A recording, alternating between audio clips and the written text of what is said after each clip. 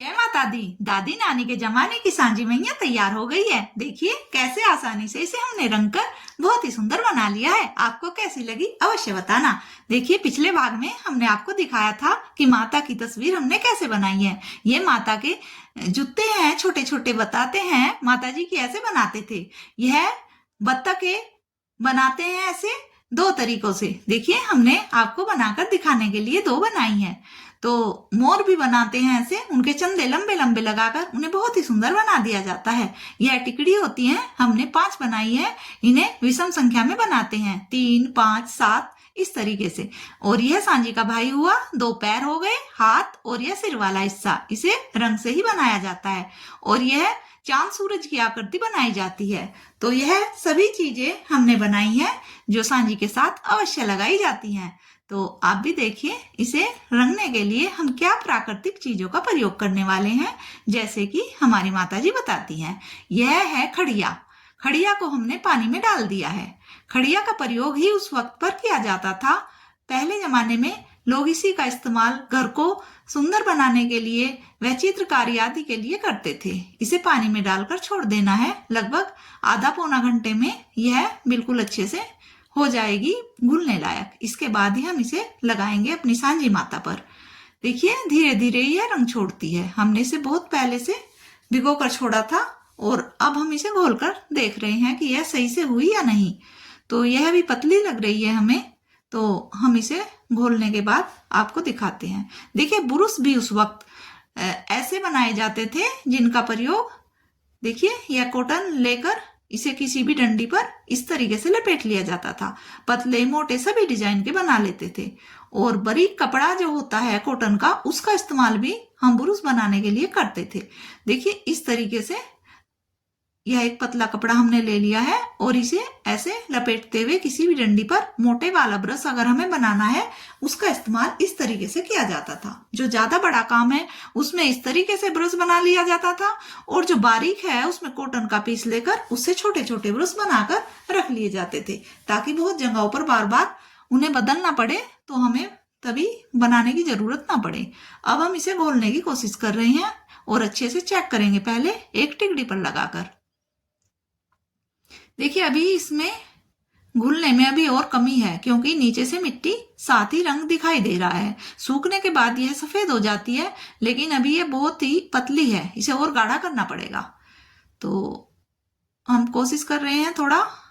माता जी बोल रहे हैं कि इसे हाथ से ही घोलना पड़ेगा, क्योंकि गलने के बाद भी यह अच्छे से इस तरीके से नहीं घुलेगी। तो वह हाथ से घोलकर इसे तैयार कर रही हैं। देखिए हाथ से घोलने के बाद माता जी के हाथ पर जो सूख रही है वह भी बिल्कुल सफेद रंग की हो रही है। तो इस तरीके से लगा दिया जाता है।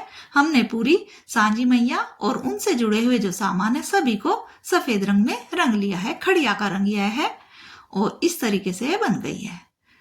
देखिए इसके बाद हमने जो फालतू का इधर उधर लगा हुआ था खड़िया का पानी, वह सब हटा लिया है और साफ सुथरा जो जरूरी चीजें हैं वहां पर छोड़ दिया है।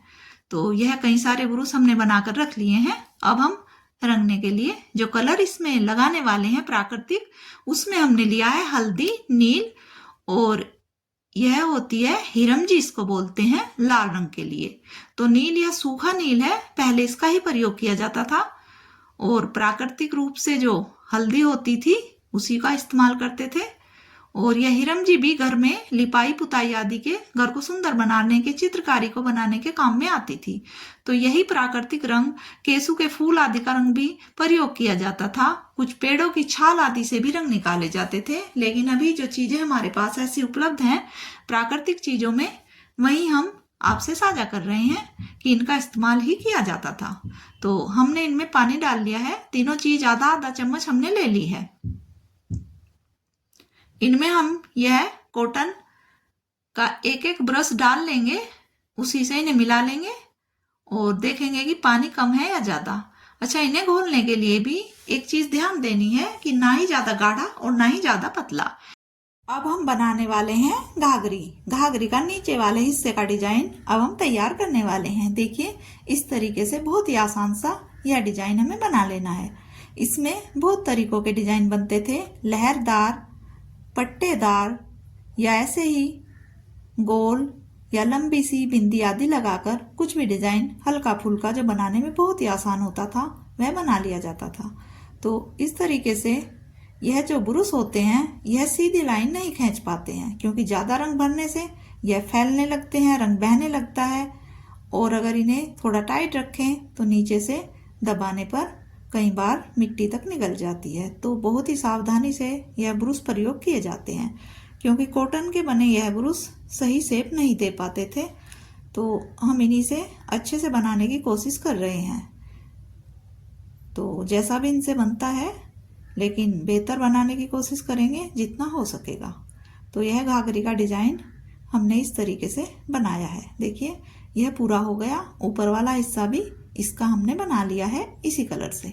अब इसमें हम नील वाले छोटे छोटे डॉट लगा देंगे, उससे यह डिजाइन और भी अच्छा लगने लगेगा। तो इस तरीके से छोटे छोटे डॉट हम इसमें लगा देते हैं और यह घाघरी हमारी हो जाएगी पूरी लहंगा या घाघरी। इसका डिजाइन देखिए बहुत ही आसान विधि से, क्योंकि ज़्यादा कुछ सोचने वाले और कुछ अलग तरीके से मेहनत करने वाले डिजाइन तब नहीं बनाए जाते थे। देखिए यह पूरी हो गई। अब ब्लाउज हम बना रहे हैं नील वाले रंग से। नीले रंग का ब्लाउज हम बना लेते हैं हाथ वाले हिस्से पर, जहाँ तक हमें दिखाई देगा कि यह हिस्सा ब्लाउज का होता है। इस तरीके से नील का रंग बिल्कुल बहुत अच्छे से आ रहा है। देखिए यह दोनों तरीके से उधर ऊपर भी और नीचे भी पूरा हो गया है। तो अभी बीच में दुपट्टा है, यह भी हमें इस हिरमजी वाले रंग से ही लगा लेना है, तभी यह पूरी तरीके से दिखाई देगा कि कपड़े पहने हुए हैं अच्छे से। देखिए अब यह कपड़े वाला काम हो गया है पूरा। अब हमें माता के गहने मुकुट आदि इन्हें सजाना है और बाकी सारी चीज़ों को। अब हम बना लेते हैं माता की उंगलियां। उंगलियां बनाने के लिए जैसे नील पॉलिश लगाते हैं, पांचों उंगलियों पर हमें इसी तरीके से निशान बना देना है। तो इसे बनाना बहुत ही आसान है, इसमें और कुछ नहीं करना है। हाथों का डिजाइन इसी तरीके से यह पूरा हो जाएगा। ऐसे ही पैरों पर भी उंगलियों के निशान बना लेने हैं, 5-5 और 5-5 ही हाथों पर बनाकर यह काम हो गया है पूरा। देखिए बहुत ही आसानी से सारे काम इस तस्वीर में किए गए हैं। इसमें बनाने में भी और कलर करने में भी बहुत ही आसान प्रक्रिया है।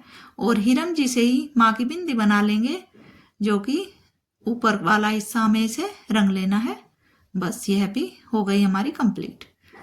देखिए अब हमें इसमें प्रयोग करना है होठों के लिए हिरम जी वाला रंग। तो होठों की शेप भी यह आ गई है।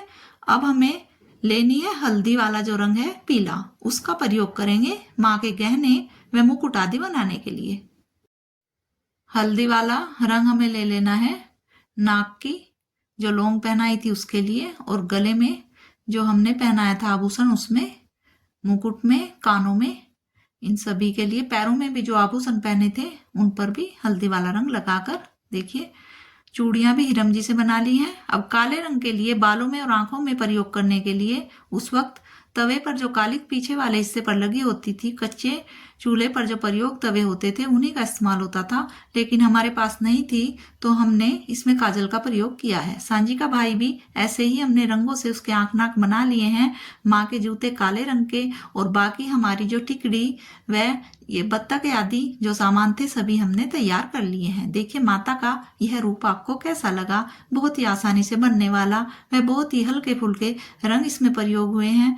तो आपने पूरी देखी, देखने के लिए आपका धन्यवाद। अवश्य अपनी राय हमें बताना कि आपको यह कैसी लगी। धन्यवाद।